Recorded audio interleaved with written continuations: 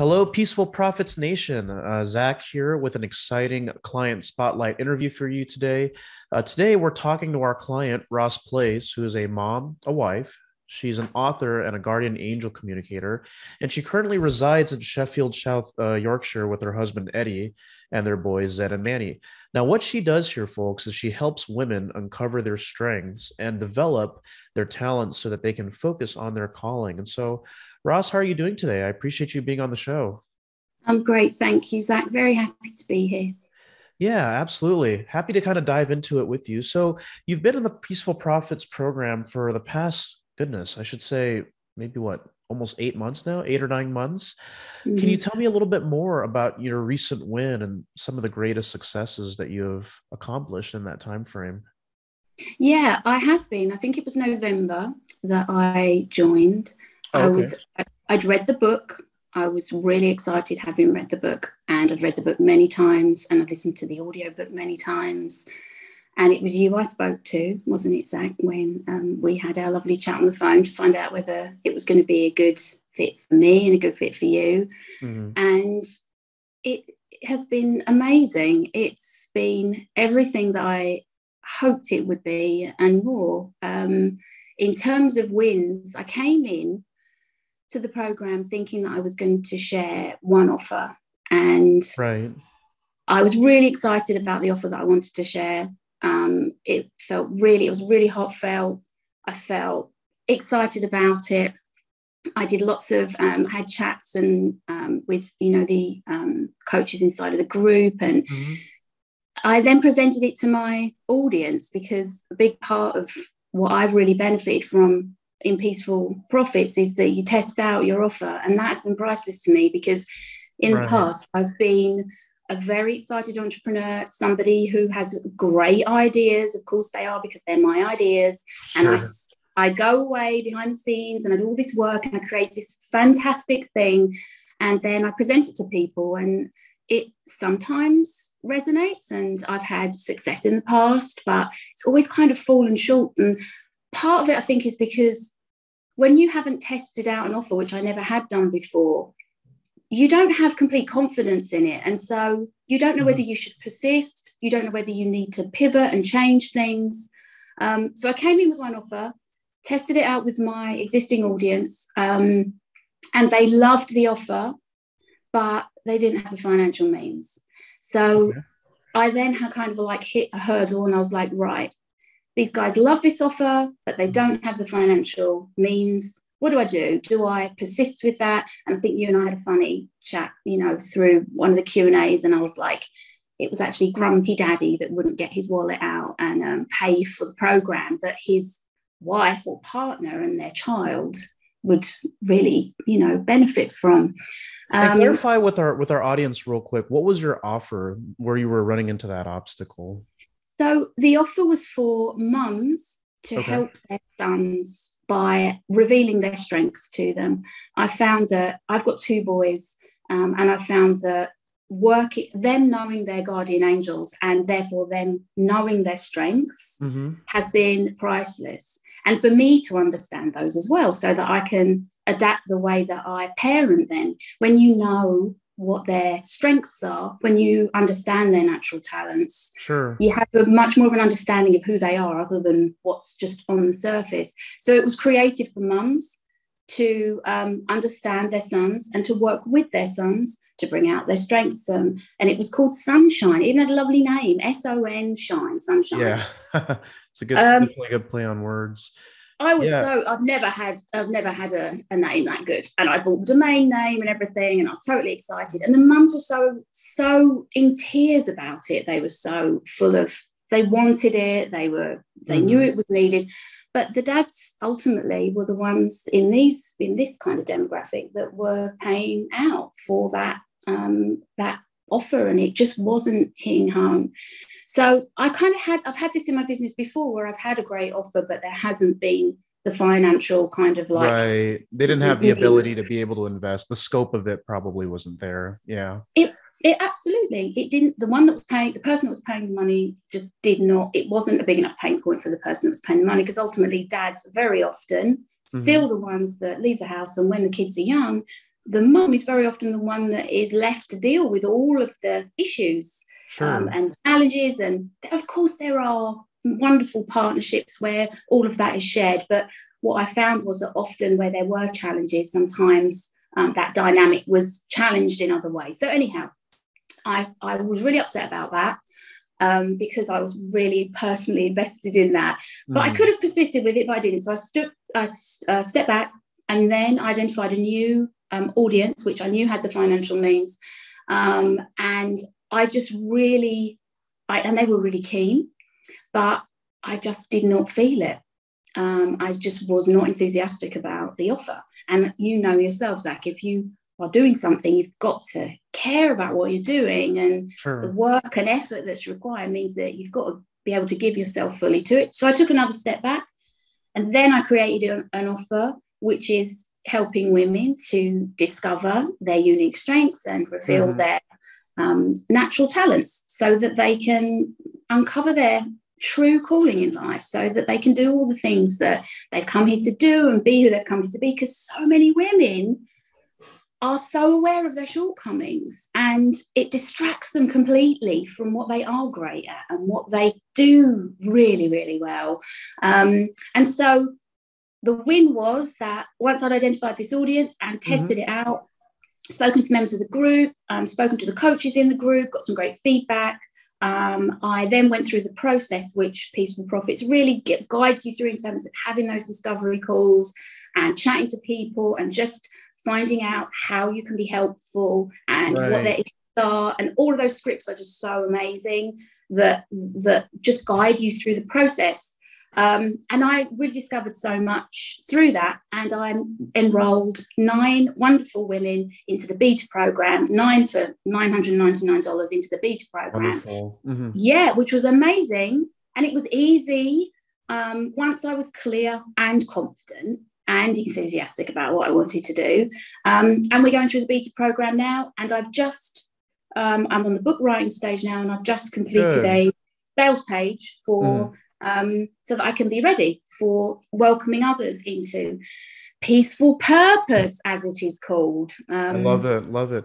You know, walk me through that process a little bit, because I think what's probably very relatable for a lot of people who are probably listening to this is the fact that your first offer or you putting something out there may not be the one that will actually work. And unfortunately, a lot of people may give up, fold, and quit when one offer doesn't take off.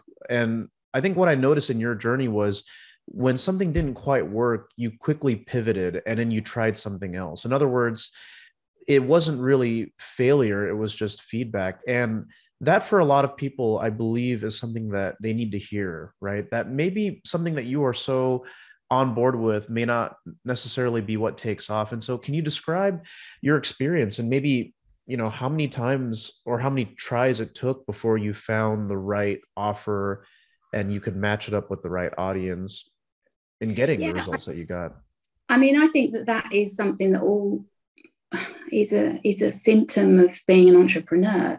You know, people or people who want to create businesses, creatives, they're very excited about the creative process and what they offer, and they can become very attached to what they're offering.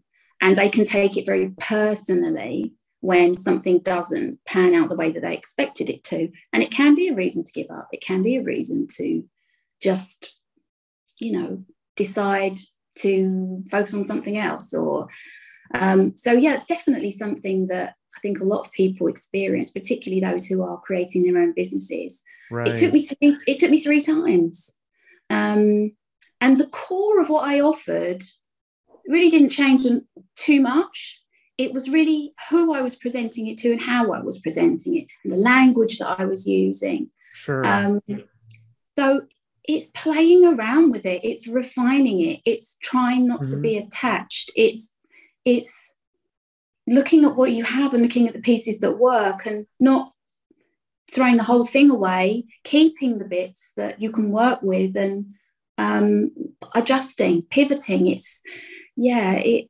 It felt good to be able to do that. And it felt good to know that, Zach. I think in business, very often, and that's one thing that I have to say about this program is that not only has it enabled me to create something that I care about and share an offer with people that I just love helping, and it's a joy. Right. It's also meant that I've avoided so many of the pitfalls that have really just derailed me in the past by presenting an offer that people don't understand, or to people who it doesn't resonate with or haven't got the funds for.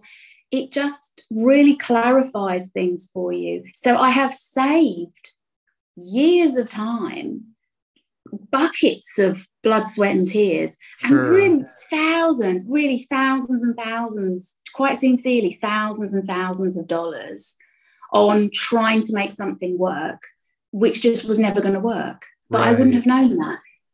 Yeah. So that's been massive. As much as building the program and having a successful program for me, I would say possibly even more than that.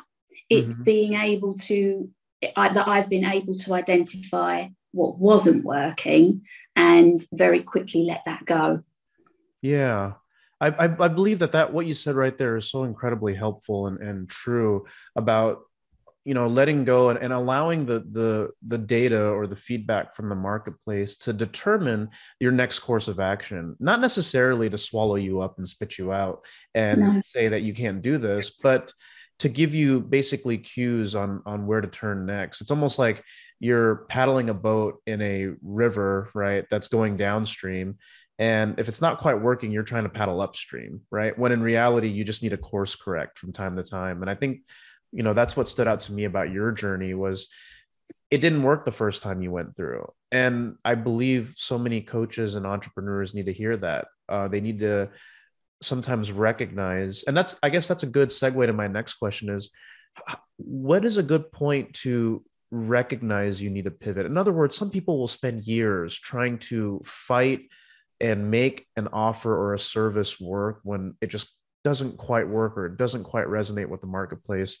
And so what are some of those signs? What are things that they can look out for that they can, from your experience, if they know that about what they're experiencing, then maybe it's time to pivot a little bit. It's time to course correct, as opposed to trying to, keep digging and, spend so much time and money trying to make something work that probably wasn't going to work. So what are some things that people can look out for? I think a lot of it, unfortunately, does begin with money. Who pays for the product? Is the person that is paying for the product impacted by the challenge that you're suggesting you can solve, or guaranteeing that you can solve and you can alleviate for that problem? Right. I think that in terms of really looking at whether or not you can persist with something is kind of a feeling. If you speak to lots of people, I know one of the things that Mike says is like, just you've got to be speaking to people on the phone. Like, you've got to be talking to people, communicating with people, because unless you're doing that, you're never really advancing. You're never finding out more. You're never learning. So you have got to speak to people, and you kind of tend to hit a point in a conversation where, yep. No. And if you get to that point, and you get to that point consistently, then you need to pay attention to that, because something needs to change, because either you're not communicating clearly, or you're not offering them something that they really want, or they just don't have, it isn't something that they have the funds for. So I think it is a feeling, and it is important to persist. Of course it is, and not give up too soon. And it isn't about giving up. It's more about being honest and thinking, I think it's a bit like a relationship, Zach. Like in a relationship that you have with someone that you care about, like we're in the beginning of a new relationship, right? It shouldn't be hard. You shouldn't be finding it hard in that relationship. When you have a new boyfriend or a new girlfriend, in those initial stages, it should just flow. It should be easy. It should be something which has a feeling of just ease about it. And when it doesn't feel like that, I think you just need to pay attention to that, because there's something that's not working. Sure. Be honest, and don't think that just because you haven't made it work the first time that you won't make it work. It's refining. It's finding something that is going to really hit home with people. It's offering something. It's discovering something that is the very best that you can offer to people to solve something that's really challenging them in their lives. Right. So I would say, yeah, it's a feeling for me. It's mostly feelings. It's like, okay, that's really feeling like it's too hard. It's not that I'm not a hard worker, because I am, but Mm-hmm. it feels stuck. I'm pushing, and if I'm pushing, there's resistance there, and I don't feel that pushing is something which opens things up. I feel I it. love that. Yeah. Yeah. There's a gracefulness to it, even though it's challenging. Yeah. There's something intuitive about if it feels right and people are responding in kind, especially if they're responding with pulling out their credit cards and paying for it. That means they then in turn actually believe in what you do and they are actually walking the talk, as opposed to saying, hey, this sounds good, but I'm not going to do it. And so with, you enrolled 9 women into your beta program for Yeah. this. How Yeah. many opportunities were that? Like, was that almost like every woman you Yeah. talked to, you basically enrolled? Was it pretty close to Yeah. that number? Yeah. It was every woman that I spoke with, because my process was, I had a little Google sheet that I set up, because I wanted to be really organized about the way that I reached out to people. I think that's another thing that's really important. In the past, when I've had something that I wanted to share with others, it would be a little bit kind of hit and miss. I'd either send an impersonal email to my mailing list, Mm-hmm. which it didn't ever work for me, or it did to some degree. Or I'd send personal emails to people, but I wouldn't keep any record of who I'd written to, when I'd written to them. So it was either or for me. But this time I created an actual list of the clients that I was going to reach out to. And it sounds so basic, but it was a sheet that was like, this is the person's name. This is the date that I've sent the first email. And I personalized an email which I'd written, which was just a Right. template. And then I left that for a bit, and then there would be a second and a third. And I basically kept going until they either said, or some people just didn't reply because they'd moved on and it just Mm-hmm. wasn't something they were interested in hearing about. Some people would reply, and then you'd get, it's just not the right time for me. That happened with quite a few women. I've got too much happening that's on my plate at the moment. This is not the right time. So I just went through that process of just following up and just really personally seeing if I can help, really seeing if I can help. And then having a Sure. conversation and finding out what it was that, they were facing. And the process helped me, the spreadsheet. And I made a commitment to myself that every single day I was going to send a new reach out email and I was going to follow up with Mm-hmm. someone Mm-hmm. every single day. And that, I think, is what got me the results. Because sometimes I think you send an email to someone and you might not get a reply. And you might think, and I think a lot of individuals can feel maybe like they're bothering people, or they're being pushy in some Sure. way. Mm-hmm. But it isn't the case, because my experience is, as a person, sometimes someone will send me an email and I'll really mean to reply to it. And they'll reply to me, it will be in my mind or in my diary to reply. And they'll just say, hey, just check it in that you got the mail and everything's okay. And then it just gives me a chance to just reply quickly and say, oh yeah, thank you so much for following up with me. I really did want to speak to you about that. But I Right. think sometimes when people don't get a reply immediately, or a reply at all, then sometimes they don't follow up. I think following up's really important, and I just think of it as really good service and really showing that you care. Mm-hmm. People know when you care. Yeah. People know. If you don't care, then people feel that. But if you sincerely care and if you personalize your approach to people, you've got to think how you feel when people reach out to you, what hits home for you and what you enjoy, and what you feel weird about, what doesn't make you feel comfortable. Mm-hmm. So being consistent was really important.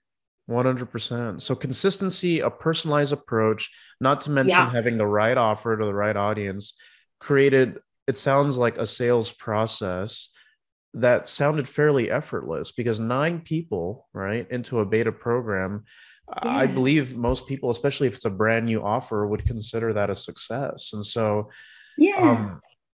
um, how did that win then impact, or I guess change your perspective as to how you do business going forward? Oh, do you know the first thing that pops into my head is that it gives me so much confidence, but also it's encouraged me to give even more to the program, Mm-hmm. like to give even more of myself to the program. I followed that consistent approach and that organized approach. Kaylee was great. I remember saying, I'm going to set up a beta program. What do you recommend? And she just gave me some very kind of like simple, set up this folder and that folder. What it's meant to me is that I feel a longevity about this program that I've never felt before. And so what I'm doing now, I'm doing properly the first time around, because I then have the pleasure of just being able to fill in the gaps, you know, when I'm taking people through the program.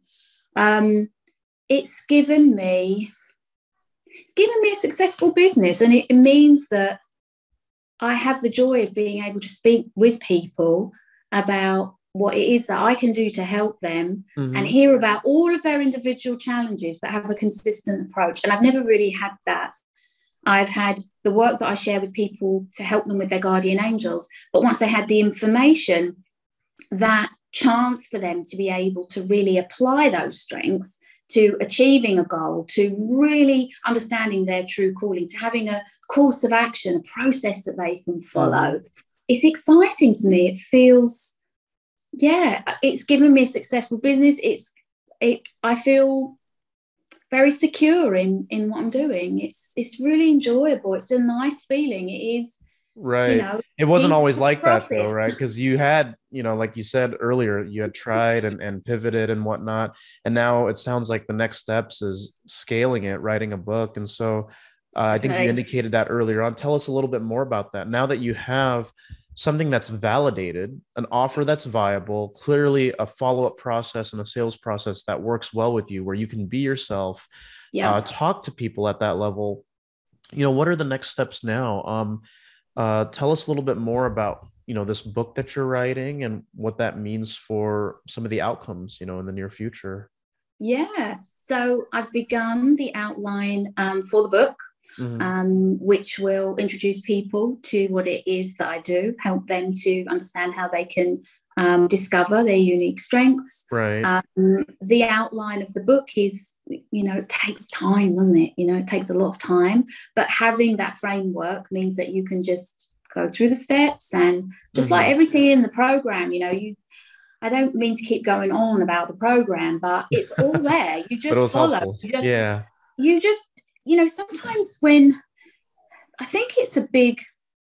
you think about joining a program, you might have joined programs before and been disappointed, or you might not trust yourself to take that next step, to really give a go, really pull out all the stops and really succeed in what it is that you're wanting to do. But everything is inside of the program. The people inside of the community, the coaches, all the support that you need is there. So with that in mind, just referring back to that, everything that you need to write the book is there. So I'm going through the process of writing the book, which has been, again, great, because it's helped me there are lots of areas of my work with the angels, which has really helped me to communicate in a much clearer way, which has been fantastic. Once my book's ready, then that will be something that I'll be sharing and people will be able to enjoy. My sales page, I've now created so that people can book a call. And that was the other thing about in the initial stages, and something that I've done since enrolling people into the beta program, is in my bi-weekly emails that I send to the people in my community, I just have 3 little pointers on the bottom. And one of them is, if you would like to discover your unique strengths, if you would like to reveal your natural talents so that you can find your true calling, and uncover your true purpose in life, book a call with me. And that is another thing, as I'm just getting excited thinking about it, it's so important that I speak with people before they become part of the program. When I first started this, it was like you have to have a call with someone, and the discovery call is where you find out whether you're going to be a great fit for each other, and then they can enroll into the program. My traditional approach was sales page, this is how much it is, you can enroll. But what I've discovered is that and I have enrolled other people into the program, which is great. Now I've got the beta program up, I'm running it, and other clients have now joined the Peaceful Purpose as well, which is absolutely wonderful. So they're going through the program. But it's all been on, we've had a telephone conversation, because it's so important that you connect in that way, and that they know their motivation, and that they understand why they want to do this, and that they trust that you can help them, but they're really clear about what it is that they want to achieve through your time together. So the reason I'm saying that is because I would have created a sales page prior to having the book funnel, which would lead people to, the book call. But there's no price on there, and there's no way of people booking themselves onto the program unless they've had a conversation with me, because that's such a valuable part of the process. I remember chatting with you, Zach, when I came into the program, and I just reflect back on those calls. So I think it was calls. I think we spoke a couple of times.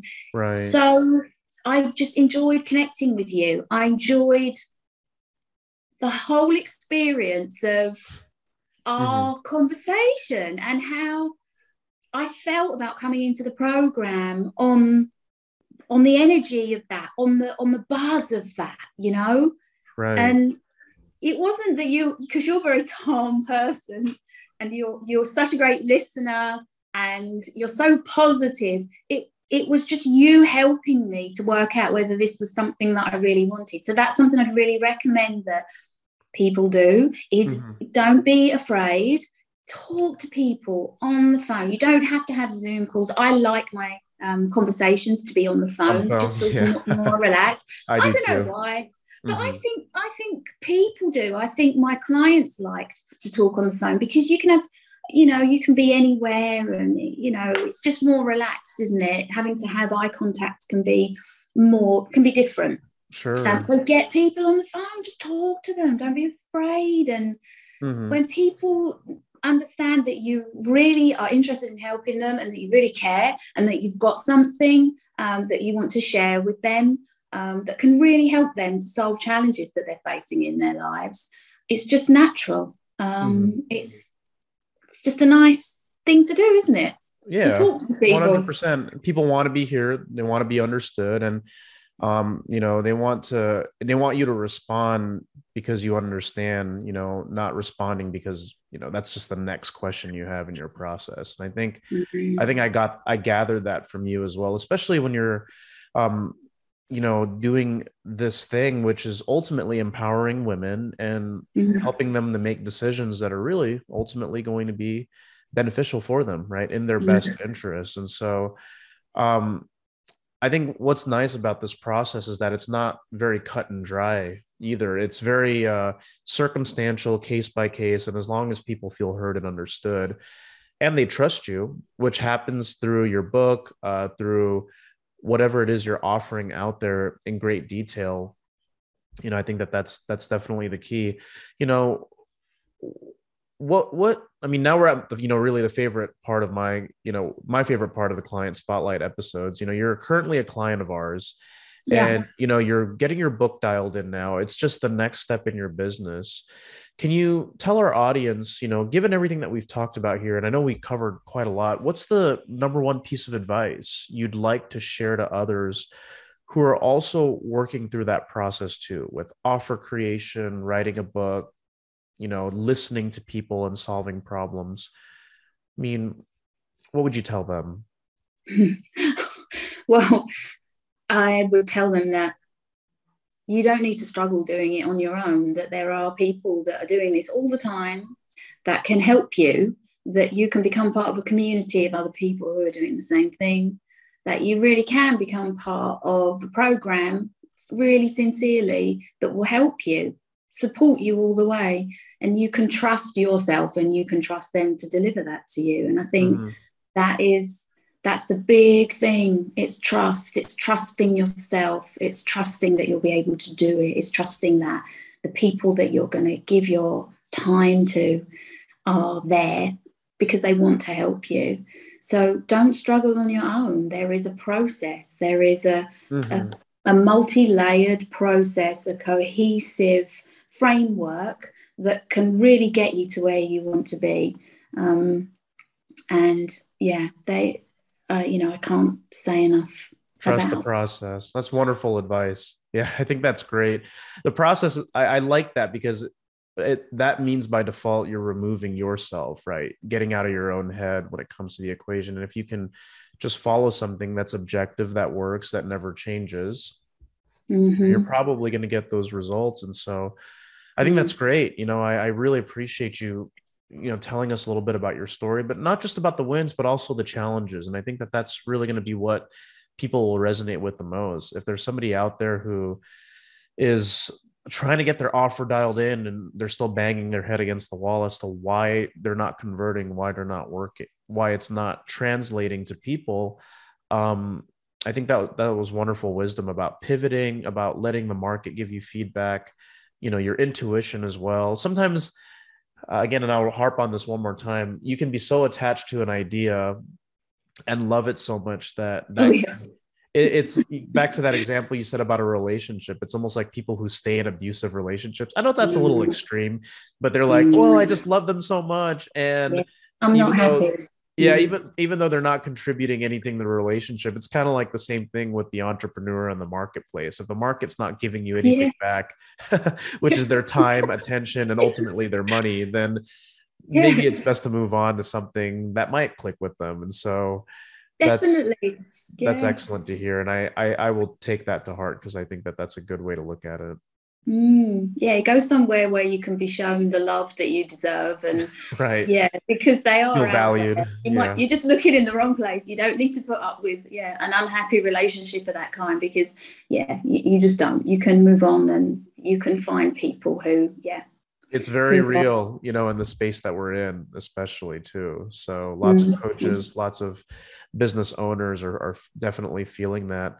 Now, to wrap yeah. up this episode here, Yeah. Ross, I mean, how can our listeners find out more about you and what you're up to? Yeah, I'd love that. So the best place to find out about what I do is ros.place. That's the website address. It's ROS and then it's dot place, PLACE. And if you just go along there, then at the top you'll see that my program is called Peaceful Purpose, and you can Hmm. read all about it there. And I'd love it if you reached out to me if you've got any questions. Sure. If you wanted to have a chat with me, you can contact me there. I'll be delighted to hear from you. I'm also on Facebook. I have a personal page, which is Ros Place. I do have a community as well Hmm. on Facebook, which is Angels and Oracle Cards with Ros Place. And that's somewhere that you can find me too. But yeah, I'd love to hear from if anyone has any questions about my experience of peaceful profits or anything that I can do to help. And I'm always very willing to help and share, because I appreciate what others have done for me. You just pass it on, don't you? Yeah. Well, that's excellent to hear. And who are the women that you're serving as well? Just so that if there's a woman out there that, is looking to uncover some of their strengths, who exactly do you serve and how can you help them?